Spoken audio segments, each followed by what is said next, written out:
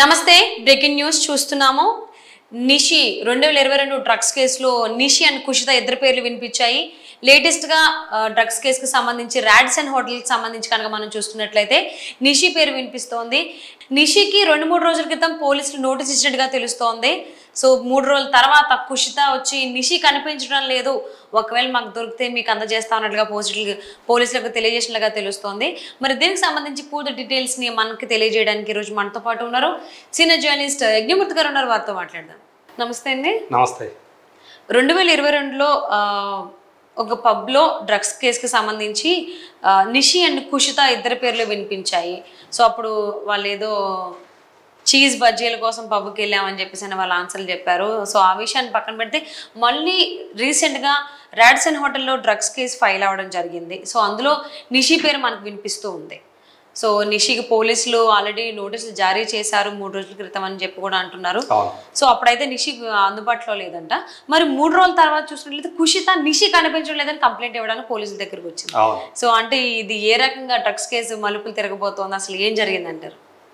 Radisson Blu ఇప్పుడు ఈ hotel అనేది కొద్ది రోజుల నుంచి ఆదివారం నుంచి మళ్ళీ మరోసారి వార్తల్లో నిలిచింది. రూమ్ నెంబర్ 1200 అనేది బాగా ఇప్పుడు పాపులర్ అయింది. ఎందుకంటే అక్కడే డ్రగ్స్ పార్టీ జరిగింది, కొకైన్ పార్టీ జరిగిందని చెప్పేసి మనకి సమాచారం. వాళ్ళు ఇచ్చినటువంటి రిపోర్టులో, కోర్టుకు సమర్పించిన రిపోర్ట్లో పోలీసులు. సో అందులో మనం చూసాం పెద్ద పెద్ద వాళ్ళ పేర్లు బయటకు వస్తూ ఉన్నాయి. సో సెలగం శెట్టి కేదార్నాథ్ పేరు వినిపించింది మొదట. ఆయన పార్ట్నర్ రాడిసన్ హోటల్ గాని అవే కాకుండా చాలా పేర్లు ఉన్నాయని చెప్పేసి అల్లు అర్జున్ కి సంబంధించిన పబ్లిక్ అతను కూడా బిజినెస్ పార్ట్నర్. అలాగే 2 రోజులకి క్రిష్ పేరు బయటకు వచ్చింది, డైరెక్టర్ క్రిష్. అది అందరికీ కూడా పెద్ద షాకింగ్ న్యూస్. అది క్రిష్ ఉన్నటువంటి ఈ కేసులో అని చెప్పేసి. సో ఆయన పరారీలో ఉన్నాడని చెప్పేసి కోర్టుకి పోలీసులు తెలిపారు.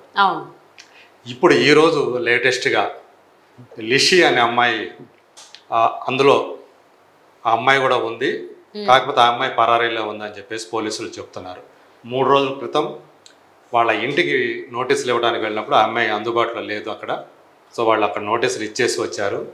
ఈరోజు లిషి వాళ్ళ అక్క కుషిత, ఆ అమ్మాయి సినిమా నటి, ఆల్రెడీ మనకు తెలిసినటువంటి serial artist, Bigg Boss fame Arjun Kalyan పక్కన బాబు #1 బుల్షిట్ గై అనే ఒక సినిమా లేటెస్ట్ ఫిల్మ్, అది త్వరలో రాబోతుంది.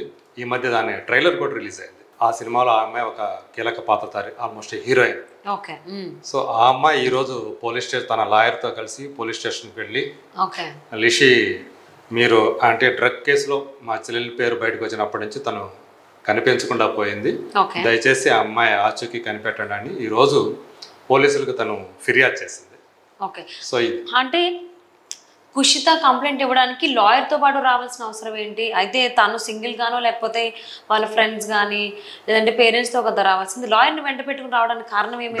డ్రగ్ కేసు కాబట్టి ఒకవేళ పోలీసులు ఏమైనా సమాధానాలు అడిగితే, ఏమైనా క్వశ్చన్స్ వేస్తే దానికి సమాధానాలు చెప్పాలి కాబట్టి లాయర్ అయితే కరెక్ట్గా వాళ్ళకి సమాధానాలు చెప్తుందనే ఉద్దేశంతో లాయర్ని తీసుకొని అక్కడికి పోలీస్ స్టేషన్కి వెళ్ళినట్టు మనకు సమాచారం. సో కుషిత, లిషి ఈ ఇద్దరు కూడా 2 ఏళ్ల క్రితం అంటే 2022లో జరిగినటువంటి ఒక పబ్ కేసు, అది పబ్లో డ్రగ్స్ కేసు జరిగింది. దాంట్లో కూడా వాళ్ళిద్దరూ అక్క చెల్లెలు ఇద్దరు కూడా అందులో ఉన్నారు. అప్పుడు ఆమెను అడిగితే మేము డ్రగ్స్ తీసుకోవడానికి వెళ్ళలేదు, చీజ్ బజ్జీలు తినడానికి వెళ్ళాము అని చెప్పేసి అప్పుడు వాళ్ళు చెప్పినటువంటి సందర్భం ఉంది.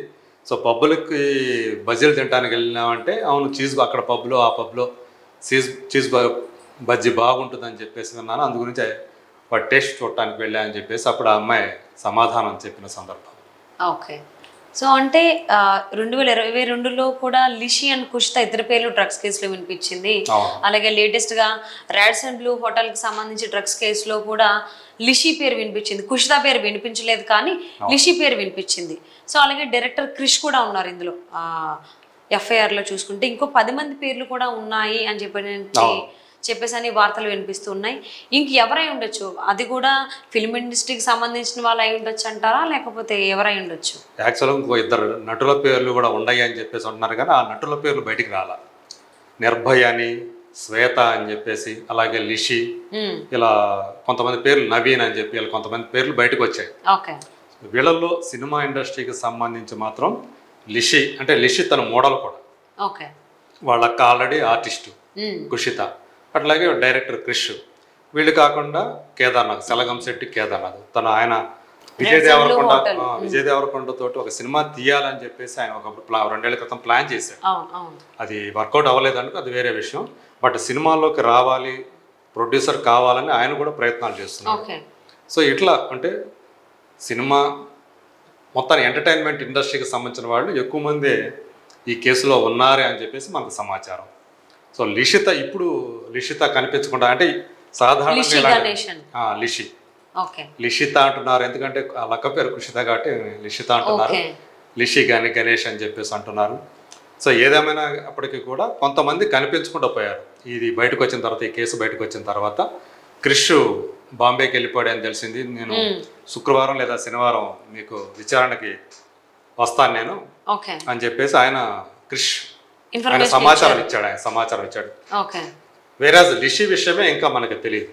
అంటే డైరెక్టర్ క్రిష్ గురించి కనుక మనం మాట్లాడుకున్నట్లయితే ఈ కేసు, డ్రగ్స్ కేసుకి సంబంధించి ఆయన పరారీలో ఉన్నారు అన్నట్టుగా కోర్టుకి తెలియజేసినట్టుగా తెలుస్తోంది. టెక్నికల్ గా ఈయన ఆల్రెడీ ఇన్ఫర్మేషన్ ఇచ్చారని చెప్పి మీరు అంటున్నారు. ఇన్ఫర్మేషన్ ఇచ్చినట్లయితే ఎందుకు పోలీసులు ఇలాగా క్రిష్ పరారీలో ఉన్నారని జడ్జి కోర్టులో అడిగినప్పుడు పలానా వాళ్ళు, మిగతా వాళ్ళు మీరు ఏదైతే రిపోర్ట్లో రాశారో వాళ్ళందరూ కూడా ఏమయ్యారని అడిగినప్పుడు పలానా వాళ్ళు అందుబాటులో ఉన్నారు, మిగతా వాళ్ళు పరారీలో ఉన్నారని టెక్నికల్గా వాళ్ళు సమాధానాలు చెప్తారు.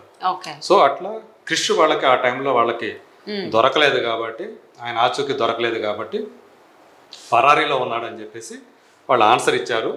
సో మనకి అందిన సమాచారం ప్రకారం ఆయన బాంబేలో ఉన్నాడు. సో 3 రోజుల తర్వాత అంటే ఇది జరిగి 2 రోజుల క్రితం ఉంది, అంటే 3 రోజుల తర్వాత నేను వస్తానని చెప్పేసి ఆయన సమాచారం ఇచ్చాడని మనకు తెలుస్తూ ఉంది.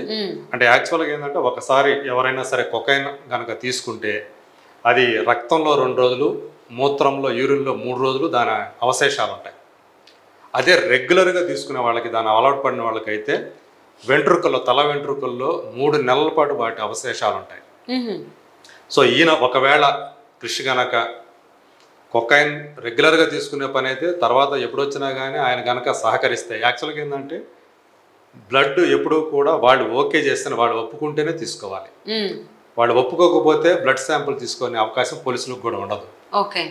సో అట్లానే వెంట్రుకలకు సంబంధించి కూడా అదే. మరి ఆయన సహకరిస్తాడా విచారణకి? ఒకవేళ సహకరించకపోతే మళ్ళీ వాళ్ళు వేరే రకంగా దాన్ని ఇన్వెస్టిగేట్ చేయాల్సిన అవసరం పడుతుంది.